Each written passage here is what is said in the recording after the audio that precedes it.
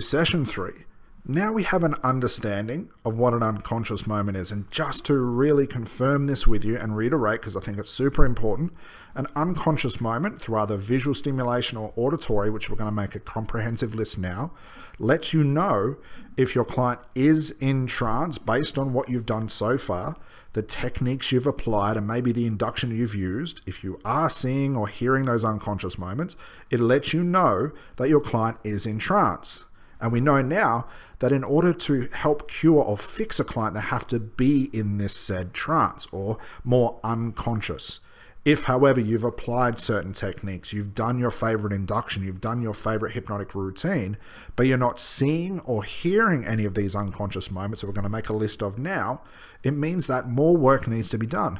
It just basically means what you've done so far has not worked. And this takes out all the assumption and all the guesswork and allow your clients to get a therapeutic result, which means more success for you. Now, maybe as a hypnotist, you're getting paid. It means more success as a business for you, means more referral of clients, and it means people are more happy with the service that you're providing for them. So let's get back to it. An unconscious moment. Let's firstly look at what you're going to see when your client falls into trance. So again, let's take that position that maybe you're sitting in front of your client. You've done your induction, and just to reiterate for those who don't understand what an induction is, an induction is a certain technique or a certain method or strategy that a hypnotist puts in place to slow down the conscious mind, to allow the unconscious mind to express itself. We remember as well that the unconscious moment is a pure expression of the unconscious mind. It's the unconscious mind in action. So what are we going to see? We've applied our induction, and maybe we're watching our client, they've got their eyes closed maybe. What do you think we're going to start to see that lets us know that the unconscious moment or an unconscious mind is more active? One of the most common ones you're going to start to see is something known as posture. Now, if you're using the classical relaxation techniques that are out there, and they're out there in abundance, you're going to start to see your client start to relax. If you're using words like relax, or calmness or drifting, you're maybe using a technique that almost you're telling a story for them to go into, you're going to start to see your client's posture start to change. Now, one of the most common is you might start to see your client's shoulders start to drop. If they're in a comfortable chair, you'll see them sink into the chair. So always keep an eye out for these postural changes that let you know that your client's starting to follow on from your induction. Now, like I said, if your induction is based around using slow, calm techniques that you change into your hypnotic voice, you get a nice smooth rhythm in your voice by what you're saying, and you're using words like relaxation, calmness, drifting, sinking. Watch out for those postural changes, because you'll see your clients start to abide to those parts of your induction. They'll start to abide to those instructions. So keep an eye for posture. Now, some of these visual clues might start to drift into the auditory clues as well. I just want to bring that up because it's really important. Other things you might start to see are the body starting to twitch. Now, these are pure unconscious moments. This is the unconscious moment in action. You might start to see your client's legs start to twitch. You might see their hands start to twitch. If you're keeping a close eye on their eyes, you might start to see their eyes start to flicker. What's very common is when our client's eyes are closed and they're in this trance or this unconscious state, you'll see the eyes as if they're still blinking. Sometimes your client's eyes will actually move around while their eyes are closed, as if they're searching for something, or they're in a different place or a different reality, and they're starting to see things inside of this trance. If you're giving instructions for your client to see or find something inside this trance as part of your therapy, you actually see your client's eyes start to move back and forward as if they're starting to search for things. So twitches are very, very common. Sometimes you might see your client's mouth start to twitch. Keep an eye out for the limbs, the hands, the fingers, the legs. You can even get your clients going to what is a full body jolt, where their whole body starts to twitch. This is a sign that the unconscious mind is more active, if you will. Other things you'll start to see visually is, like I said, with the eye closure, at some point your client's eyes might be open. And then what can happen is the eyes get so heavy as a part of hypnosis that your client's eyes close automatically. It's as if they lose total control of their eyes and their eyes will close automatically. Now, this is another sign that the unconscious mind is more active. This is another unconscious moment. So please write these down. Think of posture. You've got body twitches. Keep an eye out for their eyes starting to twitch. If you're talking to your client in a more conversational form, which is what I prefer to do, you'll start to talk to your client casually like you're having a normal conversation. And then all of a sudden, as if your client's eyes get super heavy, you'll see them close down and almost lock down. That is the unconscious mind in action. Other things to look out for. Swaying back and forward is very, very common. So when you're taking a client through trance, you might start to see them sway back and forward, back and forward, back and forward, almost to a rhythmic beat. Again, this is another unconscious moment. What you should start to be realizing now, just by seeing or imagining these unconscious moments in front of you, it's anything that's outside of normality. Normality being very conscious. When you're talking to someone, hopefully they're not swaying back and forward, which means it's outside normality, which is more of an unconscious thing. When you're talking to someone casually at maybe a barbecue or a bar or a social gathering or something like that, you probably tend to find that the person you're talking to doesn't twitch automatically. And it's not an automatic twitch that they can't stop. This means that they're outside normality and it's more unconscious in action. It's the unconscious mind in action. Anything that's more automatic. Other things you'll start to see, very, very common, this fits into the auditory clues as well, is when a client does something like this. They'll take a big sigh in and out. You'll see this almost like a release of energy at this point. This is the unconscious moment in action. So keep an eye out for those sighs. With this, you might start to see your client starting to yawn. Okay. Other things that more related to this sigh would be a lasting emotion. Now, emotions are very, very key when it comes to hypnosis. And that, yes, they're an auditory thing as well. So when you're seeing your client start to cry uncontrollably, start to sob, maybe start to laugh hysterically but have no reason why or have no understanding why they're doing it. If your client starts to get a bit angry or even afraid, these are all signs that the unconscious mind is in action. All your emotions, just like your client's problems, exist at an unconscious level. All your client's emotions exist also at an unconscious level. So let's put that together.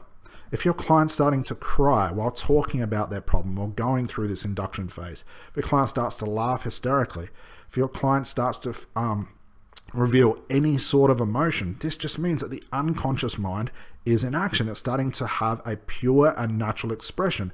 It's starting to be more natural and let you know, hey, I'm here. So always watching out, but also hearing as well. We'll get into more auditory clues in a moment. Seeing your client going through this emotional roller coaster is a really good understanding that the unconscious mind is in action. So write these down as well. You've got the swaying back and forward. Remember the twitching. You've also got the emotion. You've got the big sigh in and out. One thing to also remember as well, another classical unconscious moment is attention. Now, sometimes your client will have full unfledging attention. It's almost like they can't stop staring at you. And you should be doing the same thing as a hypnotist. It's known as the hypnotic stare. But sometimes your client may look away from you and start to propose their attention onto an outside stimulus. Maybe they're looking at the wall in your office, or they're looking at their feet or the floor. When they have undivided attention located on something that they're unflinching and they're not moving away from, this is the unconscious moment in action. So attention, all coming from the eyes, of course, is really, really important. Again, this is an unconscious moment in action. So they're the main culprits of unconscious moments, anything that's outside of normality. So let's say, as an example, we've done an induction. Let's say, for example, I've used a story induction. I've told a quick story that's had some hypnotic instructions inside of it, and I can see my client posture starting to change. Now, as a hypnotist, I should recognize that. That lets me know the story I've just told, or the story I am telling, is putting them into trance. Maybe throughout this story, my client starts to get very, very emotional. That's another tick in the box. That's an unconscious moment. Maybe halfway through my story, I see my client's eyes close really, really fast and really deeply, and maybe their posture falls into the trance, plus they start laughing at the same time. There's 3 big unconscious moments all simultaneously. This lets me know that everything I've done up to this point has worked, and that's key. That is important. It means that everything I've done up until that point is working, and I don't have to change tracks. Posture, look out for it. Eye closure, twitching, swaying back and forward, any emotion, anything you can think of, crying, laughing, yawning, embarrassment, fear, anger. You will see it in a client's face. You can read what's happening. This will tell you more on a client than what they're thinking rather than what they tell you. Any of these are an unconscious moment in action. This really lets us know that as a hypnotist, you should be paying full attention to your client. It means that if you're really busy reading that script or you're reading a technique out of a book, you're going to miss out on all these wonderful visual clues. The things you see in your client will tell you more about the state they're in and more about the trance they're either in or not, only if you watch them. So my advice at this point, if you are an avid script reader or you are reading from a book, trying to follow those techniques as best you can, try and work outside of that. Master the elements of trance, not the techniques themselves. If you're stuck reading scripts, I advise you to really push yourself and test yourself. How well can you do without them? Because the script is only as good as the clues that you get that your client's in trance, and these only come from unconscious moments. So if you're really busy reading that bit of paper, you're going to miss all these visual clues, and you go back to assumption. Now, assumption only leads us to one place as a hypnotist. It's a 50-50 chance. You just hope that by the time you get to the end of your script, everything's been done inside of that. And hey, sometimes that can work, but I'd rather stack the deck in your favor and my favor and adjust the things I'm doing along the way. Instead of spending a whole hour reading a script and hoping it's going to work, I'd rather do a little bit of what I had planned, see the result. Is from the story that I've just told, has that given me an unconscious moment or not? If I'm not seeing anything visual, I need to change tracks. Maybe I go to an Ericksonian confusion strategy, or maybe I go into more of a hypnotic interview, or use our emotional trance method, or use anything that I have in my bag of tricks, and I adjust accordingly. It's almost like a dance at this point. I do a couple of things. What's the result? Has the result that I need happened? Am I seeing those unconscious moments? If not, I need to try something else. If that's something else, I'm not seeing any visual clues, I need to try something else. Maybe by the third, the fourth, the fifth time, I start to see some unconscious moments. That's the track I keep going down. That's the strategy and the methods that best suits my client at that point.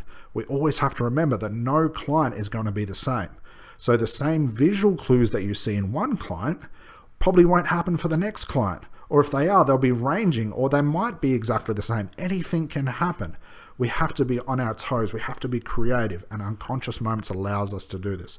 So just to reiterate, these unconscious moments are a pure expression of the unconscious mind in action. If you're seeing an unconscious moment, and we'll get into the auditory in a moment, if you're seeing an unconscious moment from maybe the swaying, the postural changes, the big sigh of breath, like that release of energy, any emotions, any laughing hysterically, these are all unconscious moments in action. Also those twitches could form into a full hand levitation, or a client getting stuck to their seat.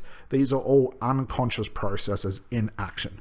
So they're the most basic visual clues. On the next video, we're going to start to talk about auditory clues. And like I said, these things leak into categories for themselves. Usually what you'll see, it'll be represented through an auditory stimulation as well. It'll be an auditory clue that usually follows that visual clue as well. So when you're ready, I suggest rewatching this video. While you're watching it, just put yourself in that position as a hypnotist, even if you've never seen a client before. Put yourself in that position as if you're seeing these things. Think about it for yourself. Have you ever laid in bed before and started to twitch? Have you ever had emotions before while someone's been talking to you? Maybe you've read a book or watched a movie and got so engrossed in the characters that you actually started to feel something for them. Maybe they died in the movie and you started to cry about it. This is your unconscious moments in action. You've always had them, you will always have them, and you've got to expect your client to have them too, especially when you're working at a level as a hypnotist that should be well aware and have the power to work at a direct unconscious level. So when you're ready, make sure you've got plenty of notepad and pen left. Let's move on to the next video where we start to look at auditory clues that will help you working with Skype, maybe with the camera off even, but also working on mobile where you're not going to see your clients directly. So when you're ready, let's move on to the next video. See you then. Bye.